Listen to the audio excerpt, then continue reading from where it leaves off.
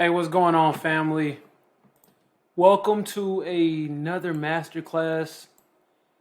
Today's masterclass is pretty simple and it's all about awareness. So the question I ask is, does self-reflection improve my awareness? A lot of people think it does. My goal today is to educate you and inform you on the process of true self-awareness and the different components of it. So let's get started with it. Introspection, right? That's what most people associate with self-awareness. Introspection, right? I'm looking back on myself. I'm asking myself this question, right? So it's the act of examining one's thoughts, behaviors, and systems of being. The number one question most people use for introspection is the question, why? Why do I like this? Why do I do that? Why is it happening to me? Why do I keep doing this? Why did I do that? It's why?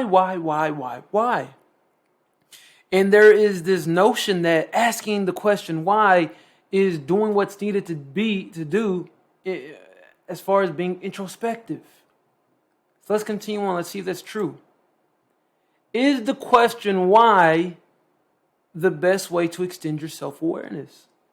Take a few minutes, think about it, or take a few seconds rather, think about it. Is the question why the best way to extend your self-awareness? It's the most common. It's not the best. So the following slides will disclose the better question for improving self-awareness. And I want to get started saying that why is not a bad question, but why is very limited in scope. We're going to talk about exactly what self-awareness is and why is not the best way at improving your self-awareness. Let's draw this distinction right now. Introspection is not the same as self-awareness. It is a component of self-awareness. Self-awareness can be described as your ability to see your perspective as well as others' perspective of you. Right? So it's not just you, it's how other people perceive you as well.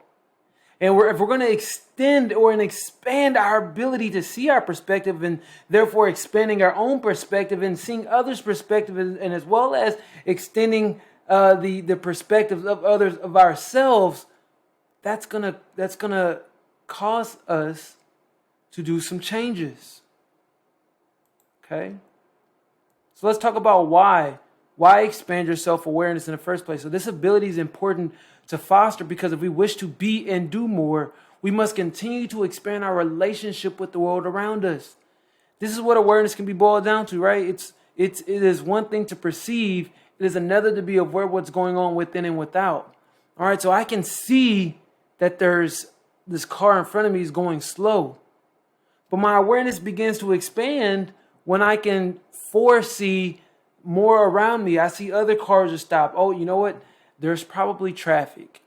So I should maybe potentially change how I'm viewing this car in front of me.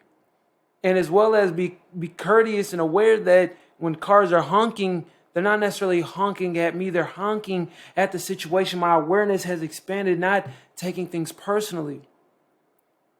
And when you don't take things as personally, you're able to interface the world a lot more, I'll say potent. It's a lot more potent when you're interfacing with the world because you're able to navigate situations. You're able to use empathy, and empathy is your ability to emotionally relate to somebody. And when you emotionally relate to somebody, you use that to your highest degree, you can more easily navigate situations in a more peaceful manner. Okay? And so what are the effects on your life?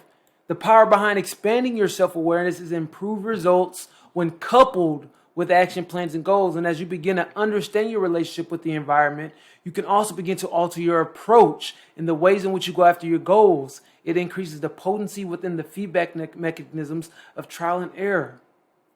So in other words, family, when you expand your awareness, you're able to start seeing some of the hiccups that you may be running into if you're not getting the results that you actually want in life. You're able to see maybe, I think this makes sense, but is everybody seeing things from the same level that I'm seeing it at? And once you recognize that most people are not seeing things in your light, it'll allow you, one, patience to explain and understand things more, two, to take the patience to hear people out more, and then three, decide whether or not you want to place your energy on this approach or this goal that you may have. it has a grand effect on your life, right? I know you've talked to some people and it's like no matter what you say, they're not hearing you. Their awareness is limited. And when you catch yourself being frustrated because that person's not hearing you, you should recognize that means your awareness is limited in some capacity as well. Because you're not able to be aware of the other person and how they perceive you. Right? When people's awareness is not expanded enough, that's where bickering comes into play, because both parties want to be heard and neither party knows how to lead and let the other one know that they're heard, so that the communication can continue in a positive manner. This is very important, family. The effect it has on your life it's wild. Okay? So the question I'm sure you're asking now is, how do you actually cultivate more self-awareness? And I'm going to tell you right now, before we go to the actual answer, you'll see the phone in the background. Stop the distractions. Stop the distractions. You have to be able to be in control of your actual focus. You have to get clarity. You have to gain clarity, family. These are important things. That's going to be number one on actually cultivating more self-awareness. Get rid of distractions. But the answer that we put is actually a simple change in questions can make all the difference. So remember that the most popular question asked to increase self-awareness is why. And although this question has its place, it can and usually does keep you subscribing a meaning to past events and leave you living in a reactive state versus a proactive state. Things like, why did I? And we see here that I put this picture back here as the clock, and you see it's old, right? Look, when you're always asking why, you're never living in the present moment. You're always looking in the past, and you're always like, well, I did this because of this and that. So why didn't I get the result that I wanted? And if you always do this to try to cultivate your self-awareness, all you're doing is looking at your past perpetually, and you're reacting off of past events to act in future events. You're living in the past literally when you're only and always asking why. Think about that for a second. Well, this happened to me as a child, and so that's why I do this. Okay, cool. You know why you did what you did. Is that actually helping you improve your self-awareness? Or is that just giving you context for your previous actions? The time and a place for that. But that's not the key to actually expanding your self-awareness. The small change is going from why to what.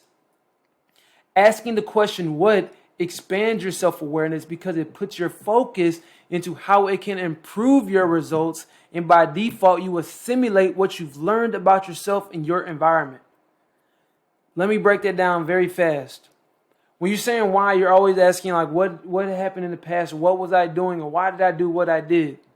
When you say what, things like what can I, what you're doing is now you're thinking forward.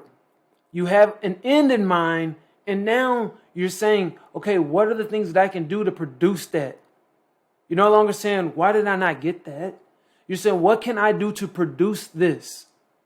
Do you see how that begins to broaden the mind, to broaden the lens that you're seeing life through? Because when you're saying what, now you're making action plans, and you're doing what we call reverse engineering action plans, right? You have the end in mind, and now you're working yourself back. And when you work yourself back, now you're taking into variables about not only your internal environment, but your external environment. That's why it's so powerful to go from why to what. What can I instead of why did this or why did I? From why did I to what can I? Okay? So on the pursuit of growth and development, many people continually return to the state of burnout. And this is the reason for this. Simply getting lessons from your past does not mean you are applying them. Most people be like, yeah, I'm never going to date that person again. And then you go and date somebody just like the person. Yeah, you see the lesson, you get the lesson, but you didn't pass the lesson because you didn't apply what you learned. How do you apply what you learn? You have to do things differently. You have to play out a different action plan. You have to go to the what can I, or what will I do now? What will I do to get XYZ result? This is important, family. So what allows you to not only reflect, but also develop a plan. The feedback loop stagnates until we recognize and apply a new formula for behaving. So look, this is what happens, right? So you set a goal, and this is the feedback mechanism by a dude named Ray Dalio, pretty intelligent man. But this is his feedback mechanism. So look, you set audacious goals, and then you fail. And then you learn the principles, or there's a learning principle involved, right? Where you reflect on the why, and then you improve. See, what is the improving? But most people don't ask the what. So you just got the learning principle, but you didn't improve. So you're just going in a circle again. You're just going to do this over and over and over and over and over and over again. Why? Because you never improved. And how come you never improved? Because you never decided on doing something different. What can I is deciding on doing something different. And once you improve, you set more audacious goals because you accomplish the goal that you're attempting to get. It's that simple, family. So look, if you find yourself repeating a situation and asking why, try using the question what instead.